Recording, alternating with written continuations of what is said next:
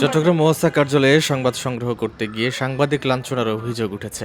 এ ঘটনার প্রতিবাদে এবং দোষীদের শাস্তির দাবিতে মানববন্ধন করেছে স্থানীয় সাংবাদিকরা।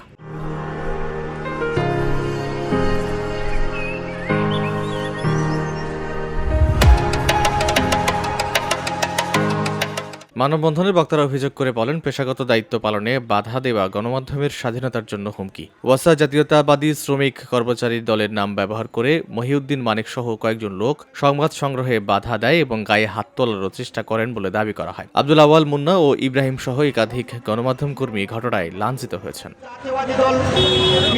মানববন্ধন থেকে অবিলম্বে দোষীদের আইনের আওতায় এনে শাস্তি এবং সাংবাদিকদের নিরাপদ কর্মপরিবেশের নিশ্চিতের দাবি জানিয়ে বক্তারা হুঁশিয়ারি দিয়ে বলেন, দাবি মানা না হলে আরো কঠোর কর্মসূচি দেওয়া হবে।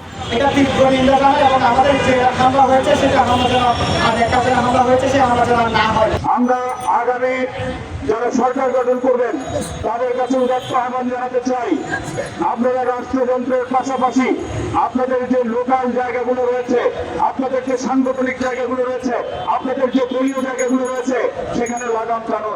নেতা যদি আঙুল তুলে কথা বলে, সাংবাদিকরা সবসময় ঐক্যবদ্ধ থাকবে এবং এই ঐক্যবদ্ধের মাধ্যমে প্রতিবারে জবাব দেওয়া হবে।